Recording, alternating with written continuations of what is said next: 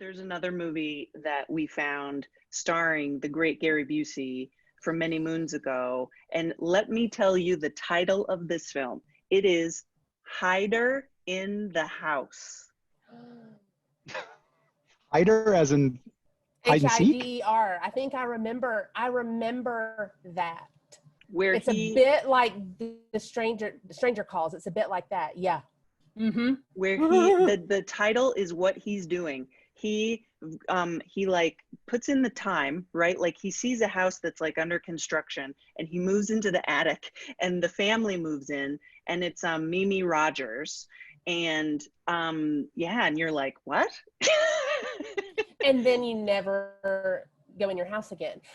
Those kind of movies destroyed me as a kid. I am the biggest scaredy cat about my own apartment because of movies like that. Let me just tell you, I'm exposing myself here. I go around my whole apartment. I open every closet before I can be in my apartment and not leave my apartment all day. But before I go to bed, I open every closet. I look under the bed. I do all that stuff because I'm like, I've been in the house the whole time. No. It just killed me. I can take Jason. I can take, monsters and demons. Don't get in my fucking closet. Like, that's right. Absolutely. And I think I remember those things. And that's why when people say that movies don't influence people, I actually believe that there's an argument to the contrary because they influence the hell out of me. Absolutely. I'm with you. Sure. The movie that scared me so deeply was when I was a young filmmaker and I was just starting out and I was so interested in it. And then all of a sudden Blair Witch comes out and their use of the internet and found footage. And it was so new back then. You hadn't seen found footage. Mm-hmm. And that, however they got that baby to cry. Do you remember that? I'm sorry, Grae, I interrupted you. No. Do you remember when it's at the beginning of the movie and they're doing interviews and the mom keeps saying, well, there's a story, and the baby starts crying and puts her hand over the mom's mouth? I'm like, I don't remember that. Oh my God, I'll never forget it. Like, it stuck in me because that made me think this whole production is haunted. Like, something is, you know what I mean? Like, yes, I totally get it. I'm sorry, Blair Witch scared the piss out of me. That's the thing. And I'll never forget that last shot. And I know that I'm even more fascinated how much it didn't work for some people. But in my opinion, I feel like that is when a movie takes a big swing and it doesn't work for everyone. And I'm totally on board, even if I hate it. And I felt like that was Blair Witch's big swing, and it scared me for months before I even had the pleasure of seeing the film, and I was so impressed. Did you see it in the theater, or did you see it at home? Because girl, I saw it in the theater. So Elizabeth and I did, yeah. I did too. When you saw it in the theater, what were you freaked out, Tobias? Were you like? Oh yeah, I was lucky because I kind of went into it. My wife and I, Elizabeth. We went into it kind of blind because we hadn't really heard much about it. So this whole, concept of found footage or whatever, I mean, we knew it was a scary movie, but we didn't know what the angle that they were going to be taking. So yeah, I was like, it just kept you off balance from the first moment to the last. You're like, what is happening? I was just like. Did you at all for any second wonder if it was real? Because at that time I had never found footage wasn't even a phrase that they were the originators of that, I think. And I mean, unless there's something I haven't seen and didn't know I about. thought it was like, I thought maybe it was a mix, right? You know how they do the crime recreations. Yeah, like a docu thing. The docudrama kind of thing. I thought maybe some of this footage was real, and then they kind of filled in the gaps with the recreations. But it was. I love that. I love that. You know why I like that assessment? Because I feel like that's the assessment of a person that's like desperately trying to explain something that scared the piss out of them. Oh God, I saw it in the theater too, and it was like an afternoon show or something, and there were probably 20 people in the whole theater. And we started, and I think a lot of scary movies have to do with your theater experience. And if you have somebody cackling and laughing, you're like, okay, well, this is no fun. But somehow I got in a group of strangers who were all freaking terrified. And there were about 20 of us, and we were all spread out around the theater. And I promise you on my life, by the time, even at the beginning when the kid's crying, everybody starts inching closer. And by the end of the movie, we're all sitting in a clump in the middle of the theater. We have gathered together because we were terrified, and we were grabbing each other going, is this shit real? Oh my God, is it real? Like, we're talking like that. And somebody's like, dude, this shit is not real. There's no way it's real. I'm like, I think it's real. That baby was crying. And they're like, and some woman's like, like it was really, it was my probably favorite movie experience at the movies, because we really bonded over this, and we couldn't tell. I was in a small town in Georgia, like 10 years behind everybody else in the world. So at the time, we had never seen anything like that. You know, that was just this newsreel kind of thing. And they found her backpack with the teeth and the hanging dolls, and I was like, I mean, I have permanent chills just thinking about this, because I was online for was one of the earliest adopters in the 90s. I remember when I was a kid, and you could only send, dig this, 25 email messages a month, and everything after that you had to pay $0.25. oh. That was on Prodigy. Yeah. Prodigy, like that was like the days of CompuServe and Prodigy. Yes. And So I used it a lot for gaming, but when it was sort of developing into something more, these guys made the site for Blair Witch, and I don't even know how I found it, but I did. And I just stumbled across this thing sight unseen and started digging around, and just couldn't stop reading it. And it was so, because it's just like, this is just a good story. That's it. That's all this is. It's a good story. And so I got an advanced pass to see the film before anybody else could see it. I was obsessed with it, because I was like, I'm gonna make movies, and I wanna harness just the power of people in a theater together, and that's so exciting. And we waited in line, for hours. Yeah. And my girlfriend and I went, and it was a girl that I didn't even really know that well, and for all I know, she could have been the Blair Witch. And we watched that movie, and we're clinging to each other the whole time. And people in the theater are having all these different responses. But when I went home, so I've always loved scary movies. When I was like, I would rewatch the Thriller video over and over and over again. I was so fascinated. And so when I went home for the first time in my life, I remember trying to go to sleep, but outside I heard a noise, and it was a repetitive noise. Oh God. And I was like, I'm gonna have to change my sheets. I was serious. I was terrified. And it didn't go away. And it, in a way, like, I feel that when I watch scary movies, I'm like chasing the dragon of those experiences. Yeah. Where go ahead. No, you please. Oh no, I was going to interrupt, but I was going to say that I do the same, and my dragon was fed when I saw Hereditary. Did you? Ooh. I had not pissed myself like that in so long. Spice will tell you, I saw it by myself, because I'm like, I have high hopes for this, so it's probably going to suck. So I went by myself to the Landmark over here in Westwood, West LA, and I'm by myself on the sofas, because it's a small little theater. I went back, and I am not kidding you, Grae, every day for a week, and took someone different to see that movie.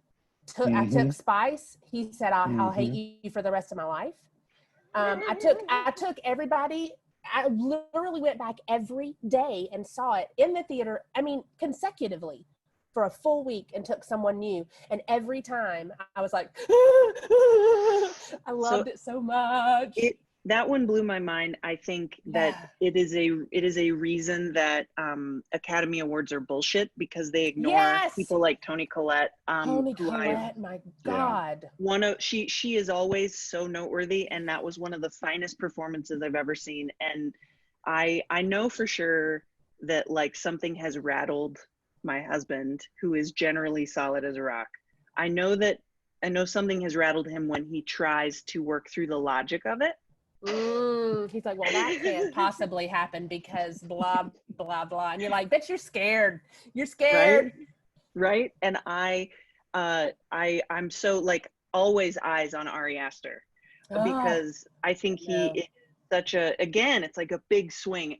I mean, we found plenty of holes in Hereditary, and we could talk about those all day. I don't even see any holes. I'm like, I love the holes. Give me the holes. I don't care. Yeah, doesn't matter. It doesn't matter because the experience is so interesting. Yeah. Now, what did you guys think when you saw Midsommar? Did you see it? Midsommar? I did. He says Midsommar. I say Midsummer. Yep. He's from Germany though, so he talks funny. No, I'm kidding. You actually know. I get canceled for anything these days. Yeah. The Germans are going to cancel you. Yeah, he actually says things very correctly. I know. No, I can't. I got to stop there.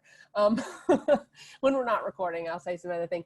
I liked Midsommar. I thought it was creepy, but it didn't have the punch that Hereditary did for me. I'm really glad that Hereditary came first, even though I think I read Midsommar was his first script, or his first, like the first movie he wrote that first. I don't know if it was first script, probably not, but he wrote Midsommar first from what I understand. And I was glad because I think I wouldn't have been so Hereditary really knocked the wind out of me.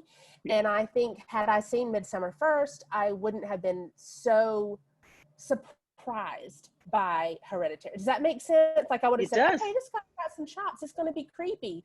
But the freak, I don't know about language on here, but the freaking knife to the gut, I mean, that was like pucker factor 5. That's like, I wanted to say I peed my pants, but I couldn't pee. Like, it was like, you know what I mean? Like, it's like the opposite of I peed my pants. I was like, ooh, I didn't pee for a week, you know?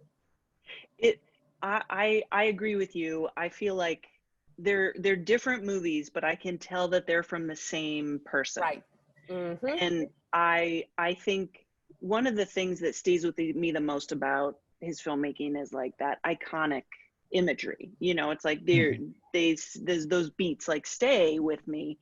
And it's funny that we're like going down the rabbit hole in this conversation because you guys write horror. Yes. Like, well, we try. You write things that make yourself check your own closets. We try to make ourselves check our own closets. Ooh. Because I mean, as you're saying that, I'm like, La Llorona is like one of the scariest stories ever. And I was so excited when I found out that Warner Brothers was doing it, because I was like, this is a scary story. And we were talking about it, and they were like, oh, you know how to say that? I didn't know that anybody knew about that story. And I was like, we know the story. Yeah, we did. We did too. Ooh. And what is your writing process like? Like, Tobias, is she the scaredy cat and you plunge ahead, or are you checking your closet too? I think it's the opposite. I mean, I could with Hereditary, I could barely get through that movie.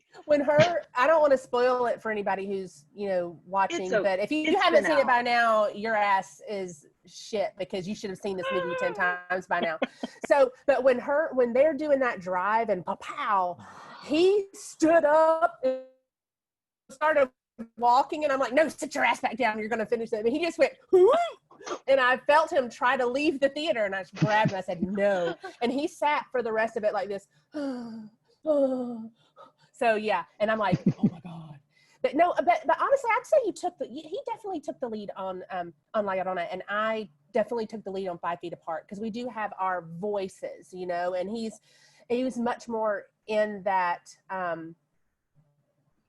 that genre, yeah, voice. the genre, yeah. And I love it, and it's fun. So I got to get in there and be my scary self. but I didn't structure it. You know what I mean? So I learned a lot from him, watching him do that. Because like the sequence inside the station wagon. But that was a lot of the director. Now Michael Schaub's was really great. That was him. Yeah. I remember that we worked that out like on a midnight with Michael Schaub's. With Schaub's, we were in a room on the Henson lot because Spice works, and we were there, and it was like midnight. We were eating Snickers and Dr. Pepper because we were trying to stay awake. And Schaub's is like, okay, I really have this great idea for this scene. What if we do this? And then we're all in there going, the three of us were like, oh my God, and this, and oh my God, and this, and oh my God, it was slow, and so that was the three of us. But Schaub's, it was his idea. He said, look, we have this car. I want to use it. I think having that dome light come on and having her face in the window. So we were like, okay, yeah, we're running with that. I hosted the San Diego Comic-Con Scare Diego that year, where everybody was so excited about La Llorona, and so they sent me the scenes before the panel and just to paint a picture. I was sitting in like the big office, and I was all by myself, and it was very early in the morning, and I was watching them, and I literally screamed out loud like I did like a and like a when her face comes in the window. Yeah. And I was good. The classic like holding your hands up in defense. I was like, these people are messed up. Well, Schaub's, I would say, gets 90% of the credit for that one. Mike Schaub's, he directed it, and I think we can't take credit for that moment unless Spice wants to lie and say we did it. But our only contribution to that scene is we were the title. We were looking for things to clearly set the movie in the 1970s. Yeah. And so of course there was the oil crisis in the 1970s. So we had a scene of them sitting in a car in a long line at a gas station. A gas station. Like our scene was at a gas station. So this stuff starts happening and they're in line and they can't get out and they're in and out and no one else can see it. So they think they're going crazy. And Schaub's was like, I love this car idea. Here's what I'm going to do with it. Yeah. And we were like, that's so much better. That's so much better. so much better. It's interesting because you guys wanting or creating that idea of like a car in line at the gas station, that makes a lot of sense to me when I think about the context of your work, because it's very real life. And it's the horrors of real life. Like, and the lines get so blurred. Like they're more blurred in a horror movie, but then you have the horrors of 5 Feet Apart, where it's like, that's a deeply frightening, it's a movie that has deeply frightening elements, you know? Yeah. And I actually, like, the first thing that I thought when I was getting to talk to y'all was like, do you think about how prophetic 5 Feet Apart ended up being? I mean, it's crazy. And no, we didn't. We had obviously no idea, that was going to happen. And it was as soon as the masks started coming out, Spice and I were like, fuck, should we get Vogue masks? Because we knew what the best mask is and how the best, like we already knew, we were like, we need Vogue masks. We don't need, because we were so in the world of it. And I just think we all get to feel a little bit now what Will and Stella felt, but we know that we had a life before when we could touch the people that we loved, and a life after this we're assuming will eventually steady itself out, that we will get to touch and hug those people again. And it really, really was strangely prophetic. We had no idea. And again, credit to the director, Justin Baldoni, because that movie was his idea. That wasn't our original idea. He came to us and said, I need you to write this movie for me. I have this idea about 2 kids with this disease called cystic fibrosis, and they can't ever touch each other. Romeo and Juliet 6 feet of each other. And I said, my brain went, that's a Romeo and Juliet story. And he said, yes, can you write it, basically? So we were like, sure. So we came up with the idea, with the story and the characters and all that stuff. But again, like I said, give credit to where credit is due. That was Justin. Justin is the inspiration behind that movie. That's cool to And he hear. is so good. Didn't he make a beautiful movie? Like, he really did. It is, and I just want to plug his Clouds is coming out October 18th on Disney, I think. So I know, right? everybody watch it. Yeah, I'm so excited. Yeah. Well, and it to me, it makes me think two things. I love hearing about your relationship with your directors and how collaborative it is, because that's the thing about film that really excites me, is that it's so many people working in tandem and in harmony and bringing their skill set and their talents to it. Every time the credits roll, I'm like, I just love people hanging out in a group. You know, like that's kind of what we do. Yeah, I love it. Well, so that I love that about it, and I also love that the movie ends up spotlighting the cystic fibrosis community. It also spotlights you know, any cancer survivors that medically are used to these rules, and so it's this great kind of inclusive thing where if you were fortunate enough not to be touched by these kinds of hardships, you had no idea about masks or anything, and then you get to see these movies and it gives you a deeper understanding of what other people are dealing with. And my watching, so I saw it a year ago, but then I rewatched it, and my viewing of it is totally different now, of course, because I just kept screaming at Haley Lou Richardson and Cole Sprouse to get farther apart. He has that amazing speech about, you know, she's taken that foot back and she's the thief now, and it's so like, yes, but then I'm like, okay, but for reals, get farther. Get your ass down the street. Because you're thinking like I mean, I don't want to, there's no pejorative here, but you're thinking like an adult, and they're 17 and in love and first love, and I can't, and they don't, and you're immortal even though you're dying, and you know you're dying, but somehow this is we'll find a way to fix it. And it's that Romeo and Juliet kind of epic emotional battle that they have within themselves, and that's kind of where we kind of went with that. But as the adult in the room, you're like, it's not worth it, what are you doing? You'll love someone else, I swear you will, but we're not 17 anymore. But I still fall in love like that, by the way. So just so you know, I'm like, I'm gonna die, and Tobias like, you're not gonna die, it's fine. But that's how you retain like a sense of wonder and sort of this. I just think I think that kind of emotional engagement with the world is like everything just like burns brighter, and it makes things that much harder. But it's like that's what this is, though. The heart it hurts so good, it's like when you're pining and you're lying there thinking, oh, it's just like, it's misery, but it's wonderful, so I am still very much a teenage girl inside. This actually leads me to a very interesting question, which I mean, if I do say so myself. please Which is, have you ever taken like advice or actions from your characters that you created and applied them to your own life? Like, so Tobias, you said that you were married, right? Mm-hmm. Like, do you find inspiration in these characters? Like, do you take some of these like uber romantic things that y'all come up with and like make it real? I know, right? I'm thinking just say, if you haven't yet, you better do it. Elizabeth should just call me. I'll be like, I'll just start giving you hints. I'm the romantic now. I'll say that. He didn't write any of that shit. Like, he's like, no, because I don't know. But I'm like, again, I'm like, yeah. I'm like, he didn't. All you need to do, it's like the answers. That flower in the balloon, please. He'd be like, he'd be popping all the balloons on the way. I'm like, no, you're popping them too early. Stop it. So it's too true. We're a good team. It is totally true. That's why he's not saying shit right now. Well, let's talk about the new project then, because I'm already super excited about it. So let's all this time is technically what I want to bring up at this exact moment. So tell me about it. Yeah.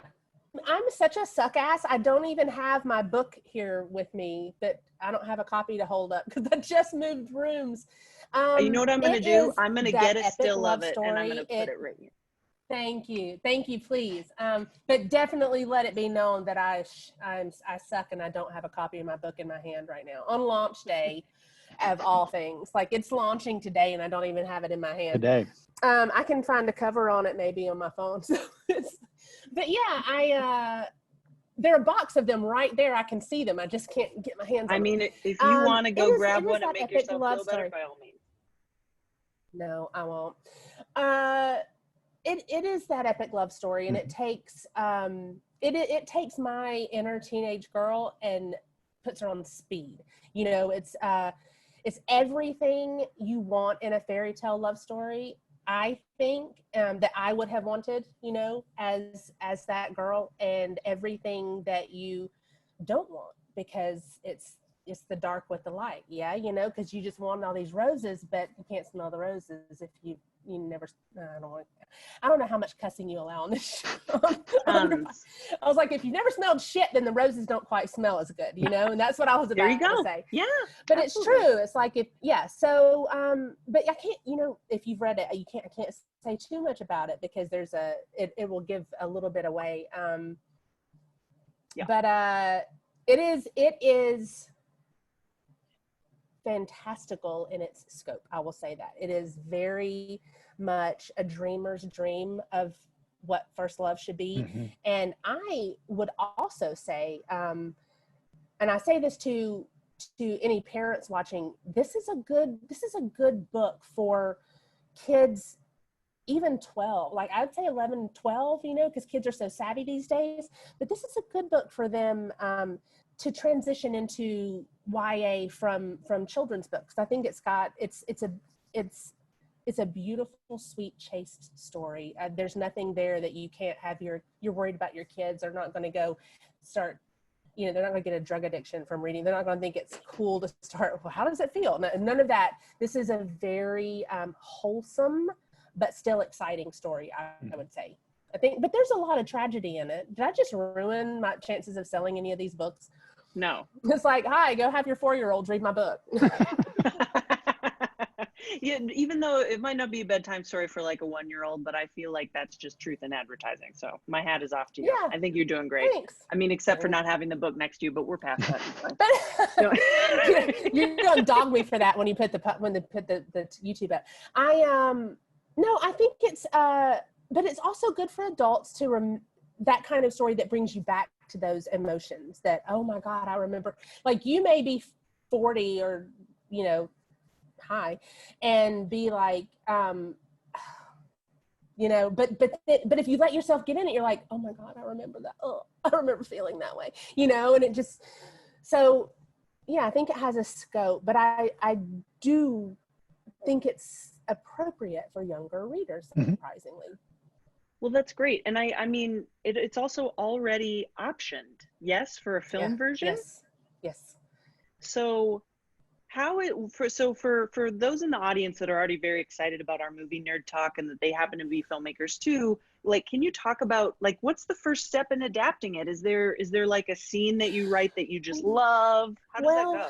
This is another one that happened. Okay, so 5 Feet Apart happened differently than any other. I think we talked about that. It was a reverse engineered. It was a screenplay first. We were literally on set while Rachel was adapting the screenplay into the novel. So we were sending her pages. We'd get people. I see a lot of posts and people commenting, the movie is so much like the book. I'm like, yeah, because we were literally, Rachel, don't write this scene yet. We're changing it right now, you know, and sending her stuff. Wow. So this one kind of happened because that went so well with her. This one kind of happened that I wrote this in screenplay all this time, in screenplay format, for her to adapt it again. So when Lionsgate was reading the book, it wasn't like we have to start from scratch on a screenplay. So it's a little bit of a different story, but we will tell you how it does happen. When the books are optioned, basically what we do, not talking about our books notwithstanding, because they happen kind of a different way, but okay, so let's say Night Books. We are adapting Night Books, which is a children's horror book for Netflix. It goes into production October 14th. They've cast 2 it. We're weeks. so excited. Oh. Comes out, supposed to come out next Halloween on Netflix, I think is when they're planning, but you know, things flux, you know, I can't say anything for certain. But basically what happens there is that, you know, the producers found the book, they loved it, they optioned it.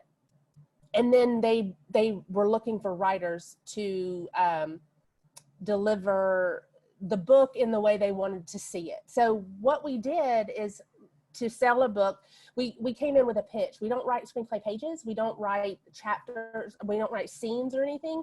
We come in just as if you're pitching a story, you know, to producers or to a studio. And that's kind of how you do it. We didn't turn in any screenplay. I don't know of any situation where we would turn in sample pages for a novel. So it happens in pitch form, you know, but then you have the IP to back it up, and you say, and here's the book, and it sold this many copies, and it's really popular, and blah blah blah, you know.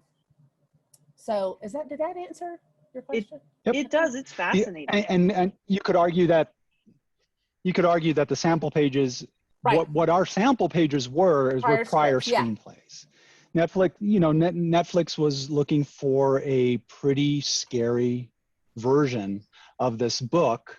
And so Mikki and I had written a couple of, you know, including the Curse of La Llorona, we had written a couple of scary movies, which were then submitted as writing samples after we pitched. Right. So they had pages of other scripts that sample our writing and our talent and what we would do with it, and how our particular scares look. And then and then we go in with that background that they have. I know what they're going to bring to the table in terms of what are the scenes going to look like. Now, what are the story you want to tell? So they kind of put those together and thankfully hired us. That has to feel pretty badass as creators, like that it doesn't suck. Right, that you're working, that you're getting these meetings, you're getting requests off of your body of work. And so people are like, hey, I know the neighborhood that they're working in, and that's why we're bringing them in. Like, that seems really satisfying. It is. It doesn't suck, and it's very it's nice because you're also getting work in a genre that you love, right? So we get kind of horror stuff, and we get a lot of love story stuff now. So I am a pig in shit. I'm happy as I can be.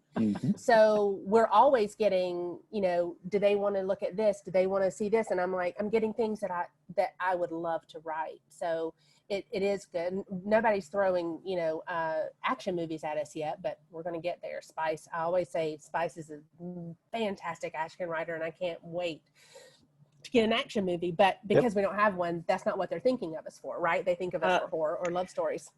It's the classic Hollywood challenge where people only see you as what you are at the moment. Oh God! So you know, it's like I get the same thing where it's like, oh yeah, she's the kooky movie lady. And it's like, you know, you're like, I'm a writer. Hello.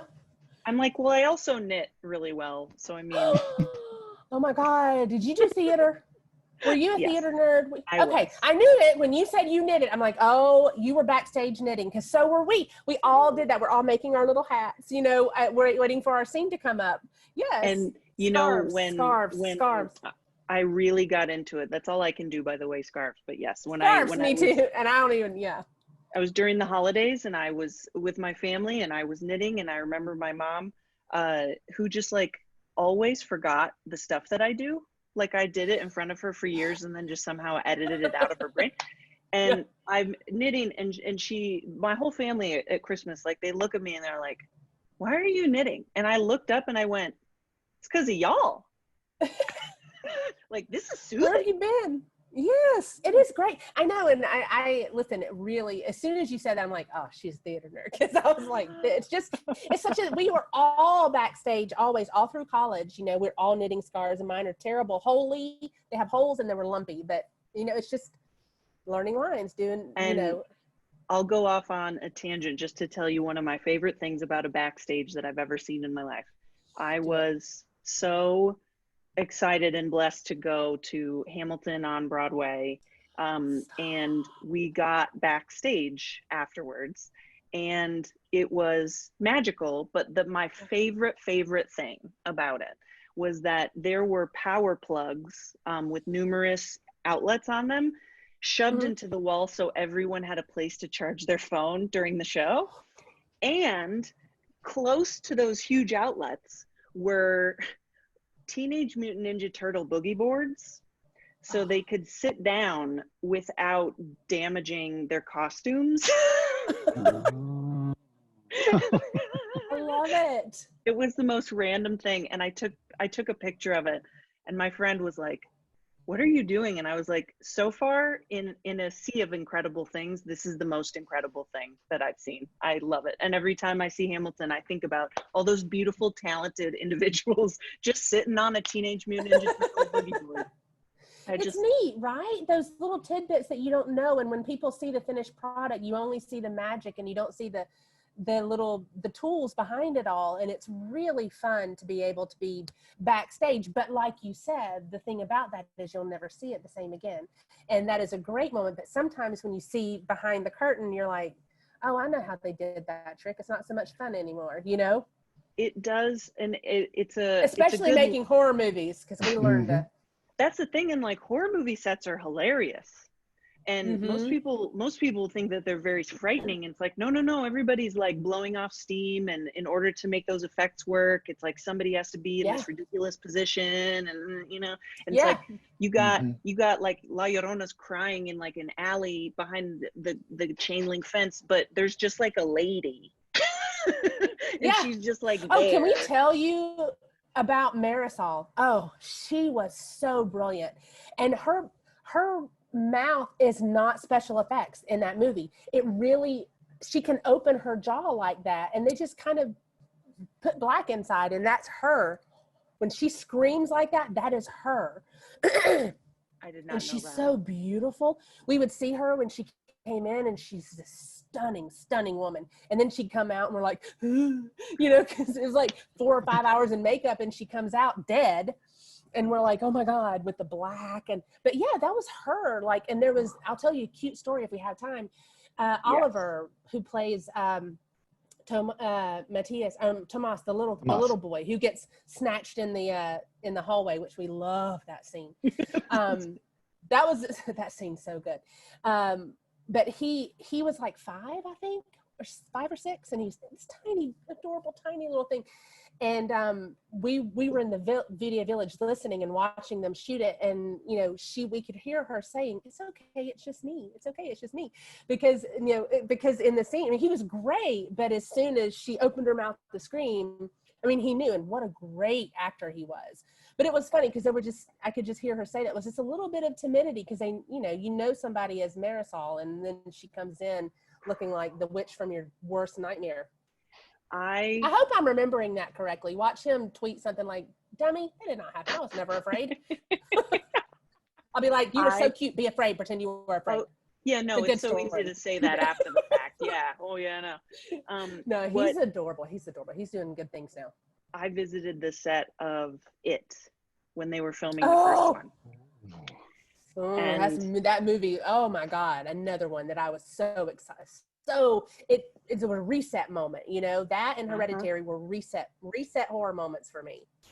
I loved how much of a fan they were of the material, and Barbara and Andy Muschietti, Gary wrote a great script too. Gary Dauberman wrote that script, and oh my God, we were working with him, we were around him at the time, and I was like, I worship you. I just want you to say, oh my God. And it's like this whole Conjuring universe that you guys are a part of is like, it's working. And it spills over even when it's not The Conjuring. It's like, Gary is like, he's such a nice, normal looking dude. And then you're like, don't turn your back on him. I know he is such a nice, normal, and he is a nice, normal dude. He's amazing. I would say Gary really taught us a lot about the horror genre. Yep. Once we got in it, he was a great mentor. He was a co-producer on the film, and really was just a talent in the way he sets up story. It was something to learn from him. He was so generous with us. We were really lucky. Yeah. He never said we were stupid or bad.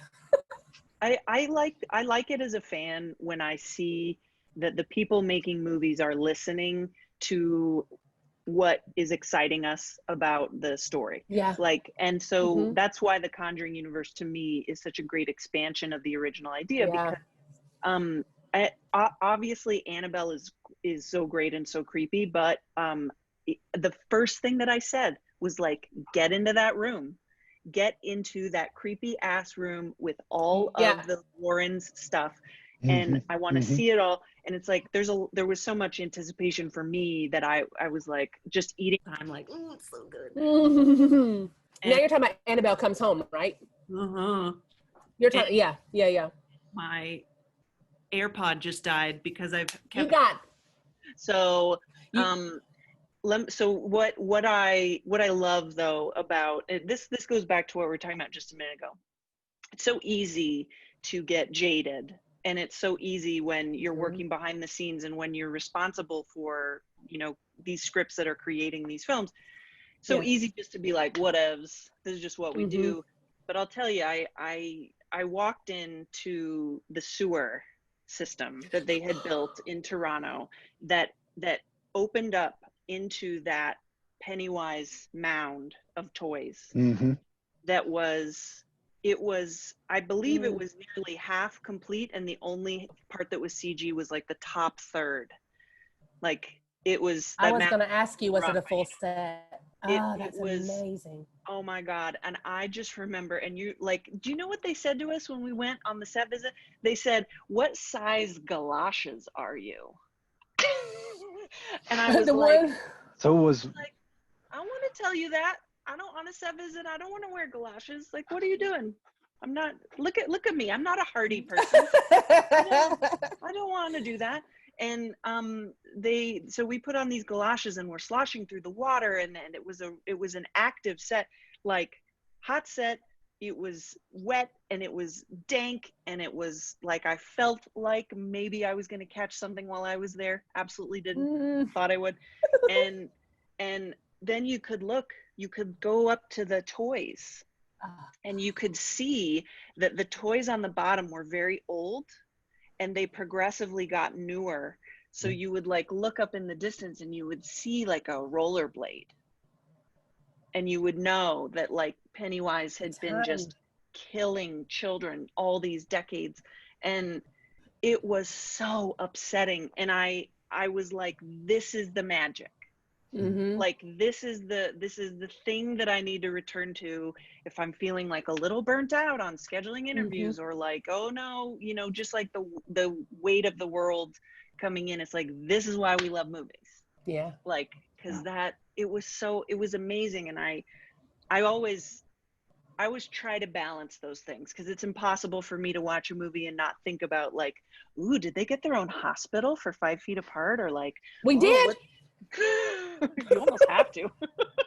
I can tell you that story was neat, but go ahead, keep going. Oh, but I mean, it's like, but I always think about those things, but then I always try to balance it out with like, yeah, but like, oh, Moises, like, we love him, and like, oh, just like what ingenuity and what sensitivity he must have brought to that role, brought it to life. Like, I just, my God, it was good, and then it was great. It's like when I wrote the scene of Poe dying, and it was so funny because when I was writing the script, Tobias wasn't reading it, and I hadn't sent it to Justin yet. I was just going. And I already knew in my mind, because the big joke between us all was, who's going to die? One of them has to die. And I'm thinking, no, I'm going to figure this out. We're not. And to me, what's hurts worse is, or what's the more constant agonizing pain is to know that they're out there and they love you and you can't be together, right? So for that reason, that I knew that's how I ended, I'm like, somebody has to pay the price for this disease. Somebody has to show us just how dangerous this is, because if I don't have one of our main characters do it, we're not going to think that it's that big a deal. And so Poe. And so even when I wrote the scene, I was like, because when it's flowing and it's good, and you're a writer, aren't you, Grae? I'm literate. Yeah, okay. But you know what I'm saying though, is you're in the zone and things are happening that you're not expecting, even as the writer, and suddenly you're like, oh God, no, oh my God, don't die, but you're typing that he dies. You know what I mean? Like your hands are doing something different than your heart wants you to do, but it's happening. Like you've been there as a writer. And that's what was happening in that moment when Poe was dying. I was like, don't do this, but my hands were typing it. And I'm like, it has to happen. So even in the writing of it, I was emotionally affected by it. But then when the day on set, like when he brought so much beauty and heart and realism to a character that is a supporting character, but you're craving his time on screen. And will forever be a fan of Moises Arias. He really just stole my heart with everything he did in that movie. I think he just like, he is, I can't even think of the words as a writer, how amazingly talented he is. One of the weird Hollywood, I guess I have a ton of weird ass Hollywood stories. I met him, we were at the Virgin Galactic Spaceport in Las Cruces, New Mexico for the After Earth interviews, Will Smith and Jaden Smith. Yeah. And he is a friend of Jaden's. And I, at the time, did not know him, but he was just hanging out there.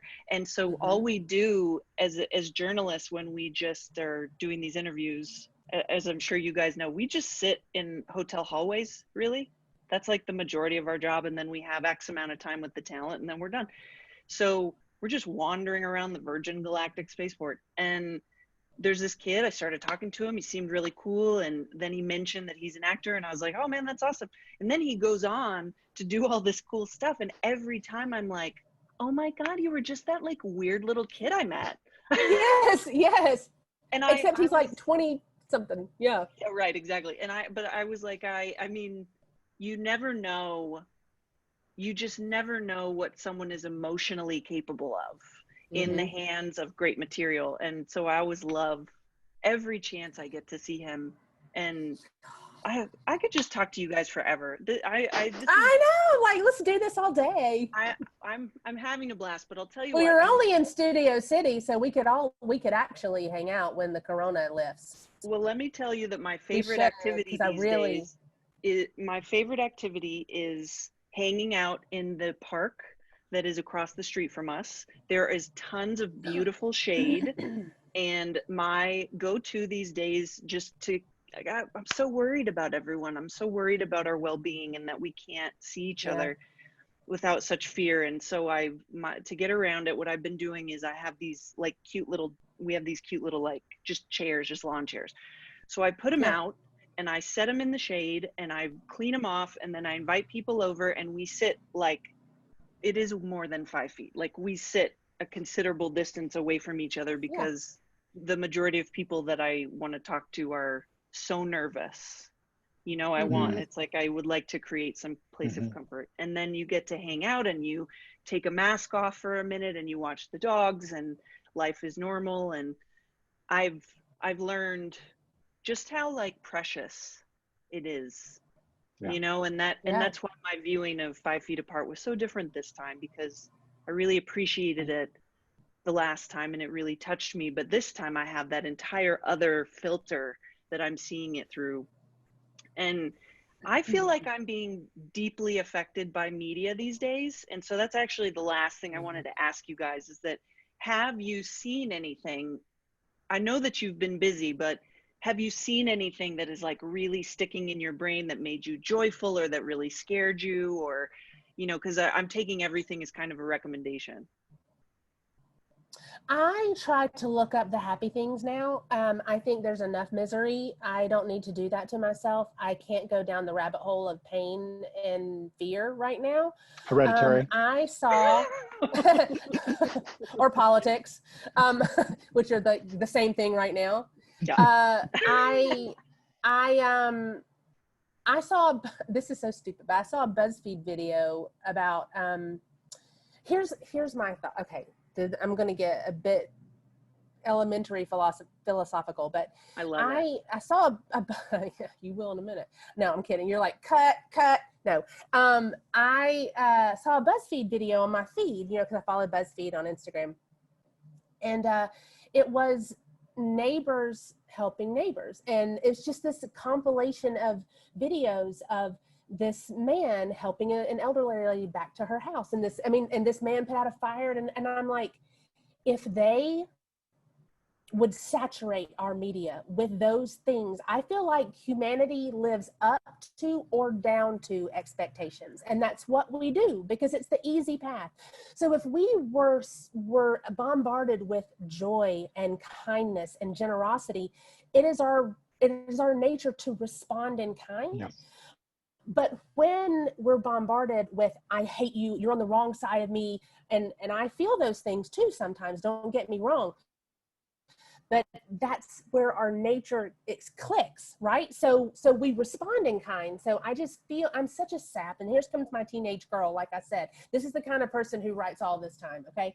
So it's this reactionary instinct that we have to, it says my internet is unstable. Of course it's going to be unstable when I'm trying to say something important. But it's this instinctive reactionary we have as humans to go with the flow, go with what everyone else is doing, or just respond. It's like, no. But I saw that BuzzFeed. I started crying because that's me. I'm like, and I'm like, if they would just, instead of the constant bombardment of anger, just put a bunch of kitten videos and people helping people and ducks and men climbing into a sewer to save puppies. And that is, we respond and we do those things. That's the thing. We start behaving like what we see. That is my point. God, it took me 10 minutes to get there. As a writer, I would have done better because I had time to distill it. But I think we become what we see, because it's our nature to react. And if they would feed us good, happy food, we would be good, happy people and not trying to kill each other because we disagree with, the sign in your yard or whatever. Yep. I couldn't agree more. And I get what you're saying, because I'm that person too, on Instagram especially. Yeah. I do a show on Instagram called The Smile File. Yeah. Oh, you do? Okay. I'm going to follow it. Because I need it. I need that in my life. Because I believe, I was like, how bots exist to spread misinformation or bad information? Yes, that's what I'm talking about. So what if we created a bot that spread beautiful things? A happy bot. Happy bot. I'm in. Yeah. So all I need is watching that, like, write scripts or whatever. I have a recommendation for you, being able to only watch happy things. It is, in my opinion, one of the best written shows that I've seen in quarantine at the moment, which is on Apple TV Plus, and it is called Ted Lasso. Okay. Starring Jason Sudeikis. I had zero expectations. Oh my God, I had zero expectations for this show, and that's part of it. Also, how that goes. Yeah. But my husband and I watch this show, and I just savor every moment of this show, because I think that while it has very believable conflict within it, Jason Sudeikis's character is just the glowing, beating heart of this cast that shines. And I just get like so excited, and they release new episodes every Friday, and on Fridays I'm like, it's Ted Lasso day, and it's really meant a lot to me. And that's my recommendation. So what about you, Ted Tobias? Lasso? Ted Lasso, and like, what a great name! Like, God, I'm so bad at titles, and that was so good. Ugh. Anyway, I love it. What about? So yeah, what we've been having our son is now a tween, so we actually are starting to watch TV with him, because there's shows that he can enjoy that we can enjoy as well. So we watched, while it was on YouTube still, we watched both seasons of Cobra Kai. We love that show.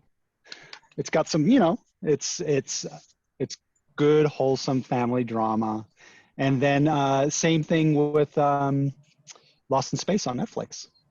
Ooh, that is a good one.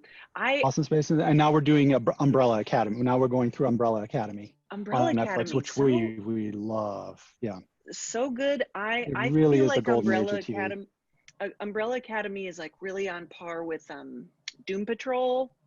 Mhm. I love the weirdness of them. I love how they keep my neurons firing, but it's not impossible to understand because Mhm. Legion on FX was with Dan, the dude from from Downton Abbey, and he was in Euro.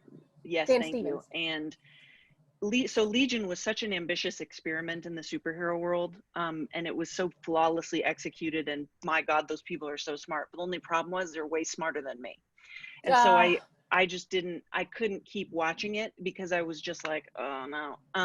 And so I love Umbrella Academy because I feel like it's the same neighborhood. Yep.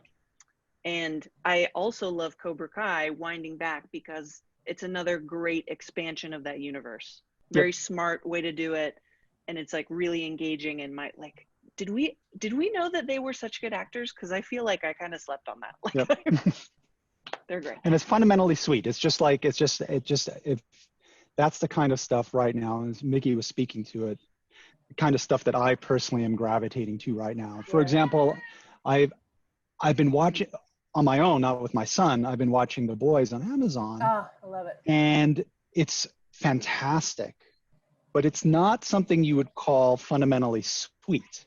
And so I can only pre-pandemic, I could have just binge watched the whole season, no problem.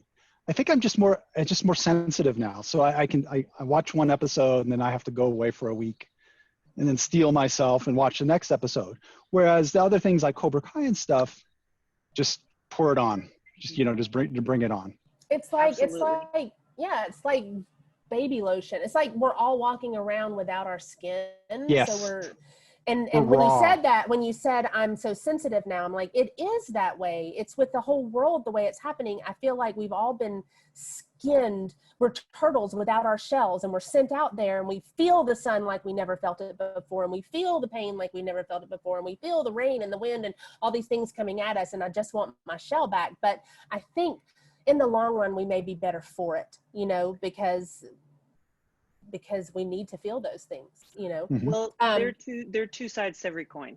And so certainly the hardship and all of the negative things that we're experiencing, they do definitely have a bright side. And I found that the bright side for me is like experiencing gratitude in a much deeper way. Yep. And so, and you know what else? Like it's conversations like this. I feel like they're, at least the people that I'm interacting with, they're open in a different way, and we're connecting in a different way. And I'm super into that. That's the only reason I do this job, is because I'm nosy as hell and I love asking questions. And we will yabber for.